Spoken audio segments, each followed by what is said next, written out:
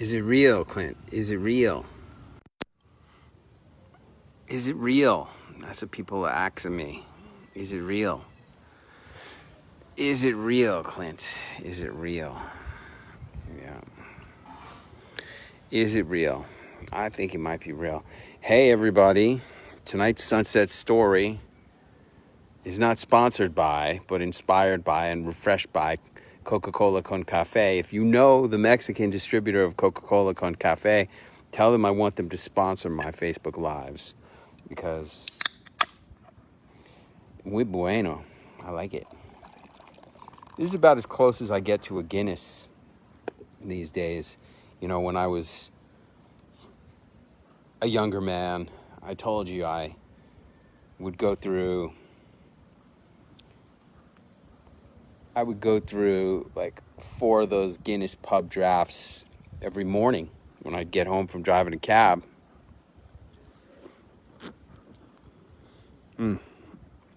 Oh, this is about as close as I get. Yeah, it's about as close as I get. Is it real?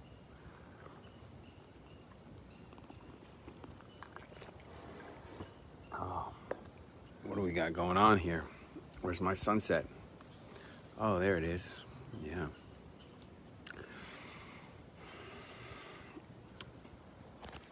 For those of you who are familiar with my work, you're aware that I am the creator of something called Celebrity Launchpad. And Celebrity Launchpad became an instant sensation, an instant hit. Why? Because I'm the only person in TV, publicity, PR, media, anybody. I'm the only one who guarantees anything to anybody. And that happens in Celebrity Launchpad. I guarantee you're going to book yourself on at least 3 shows with ABC, NBC, CBS, or Fox, or you get all your money back. See? Plus $1,000. We have done 45 of these Celebrity Launchpads. And I have never failed. Why? Because I am very, very knowledgeable about what I do. I'm a very powerful coach. I'm a very aggressive coach. I get people to do what they need to do in order to get booked on TV news and talk shows. And I create the pitches for them. I create the segments for them. And I bring in my friends who are TV producers at ABC, NBC, CBS, and Fox shows around the country.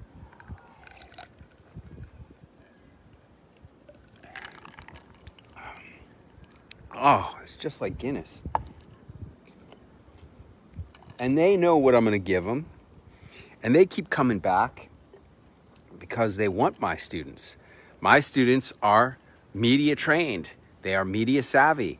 They are trained by me how to behave on set. They're trained by me how to perform. I create the segment for them. I've produced a whole season of a television show. I produced my own half-hour TV show, 13 episodes.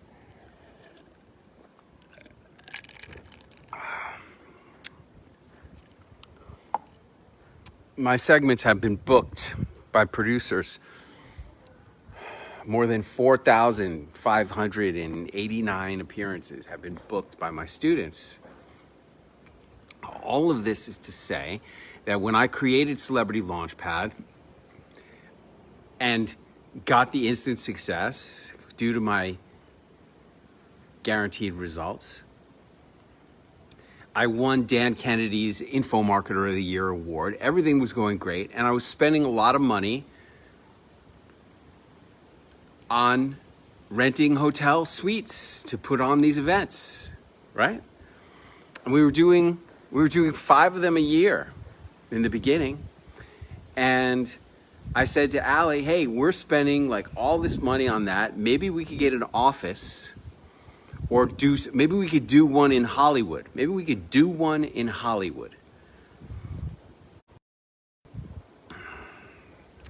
And she started looking around, and she had a friend who was running a studio lot. It was called Sunset Bronson Studios. and her friend had some office space there, and we looked at that. And now we're getting to the point where we were going to do our first event in Los Angeles instead in Las Vegas. We did all of them at Aria Las Vegas. And for some reason, we wanted to move it from Aria to LA. And one of the places I was exploring was the W Hotel in Hollywood. See, the bird must have been there. It's a very nice place. The W Hotel in Hollywood. I stayed there one time as a guest, and they upgraded me to a really nice suite. And I thought, well, maybe they've got some good rooms there. Perhaps I could do a celebrity launch pad at the W Hotel in Hollywood. I don't know. What do I know? I make an appointment to go look at some venue spaces that they have. And the girl who's in charge of renting out the venue spaces takes me on a little tour. And then I've got some time to kill between that inspection of spaces and my next appointment. So I'm sitting in the lobby, minding my own business, and there's a lot of people in the lobby, a lot. And I'm just sitting there minding my own business, and I'm thinking about, what am I gonna do? I really would love to do one in LA, but this hotel doesn't seem like in any way like it would be an improvement over doing it in Las Vegas.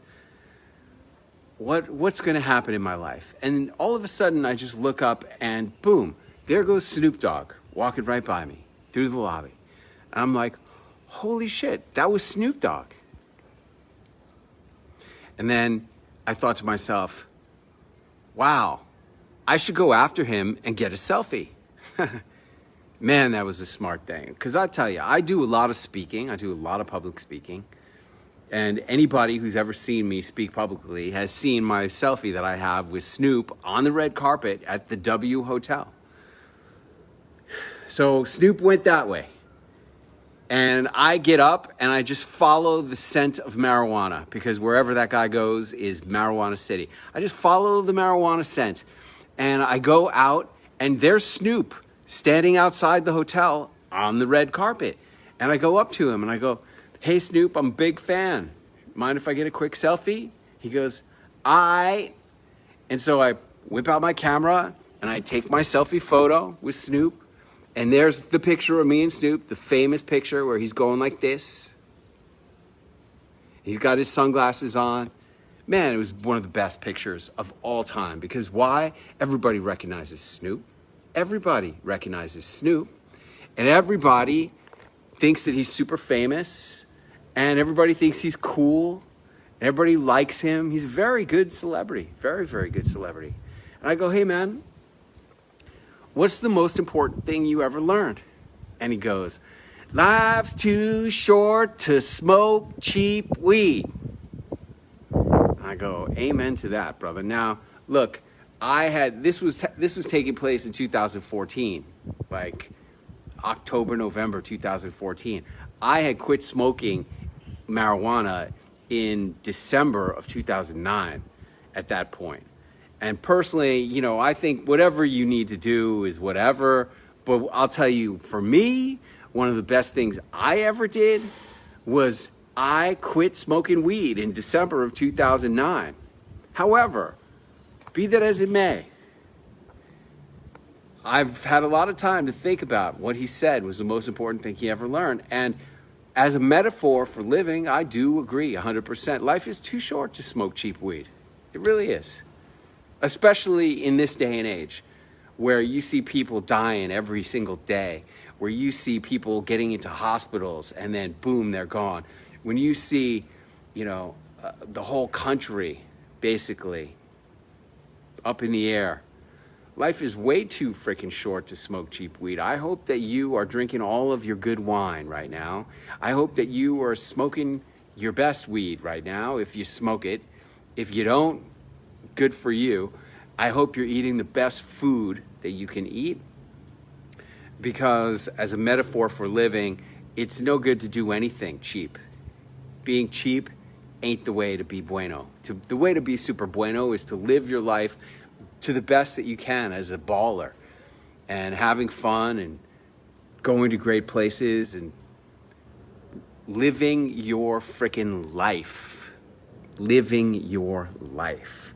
That's really what it's all about. Now, after that, Snoop gets into a limo and drives away. And I didn't see him again until New Year's Eve of 2019. 2019.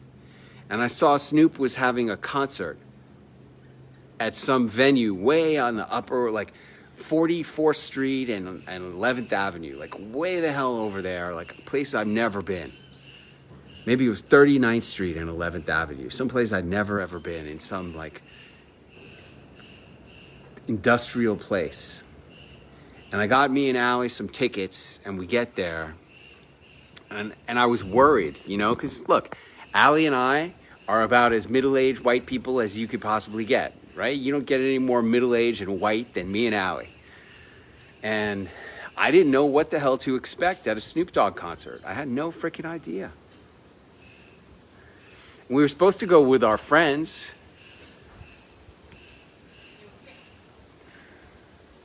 And they got sick. And all of a sudden I see that one of my friends and clients, Angela Sticka Snyder, was in New York for her birthday on New Year's Eve. And I call her up and I go, hey, what are you doing tonight? She goes, I don't know. I go, I know it's your birthday. Why don't you come out to dinner with me and my wife, and we'll go to the Snoop concert. And, you know, the only person who's like more white and more middle-aged than me and my wife is Angela Sticka Snyder. She's like white bread, you know? She's like total white bread. And she's like, well, can my son come? He's 19 years old. And she brings her son, and we go to this restaurant over by where the venue is. And her son's this really sweet 19-year-old kid. And because it's New York, I'm able to get away with buying him a beer. And I think he had 2 beers at dinner. That was really cool. I like it. Look, when I was a little kid in New York City, the drinking age was 18. I used to go to bars. When I was 15 years old, I used to walk into a bar and say, let me have a Guinness. I used to go to the neighborhood bar, order a Guinness, and play Pac-Man on the machine. Remember?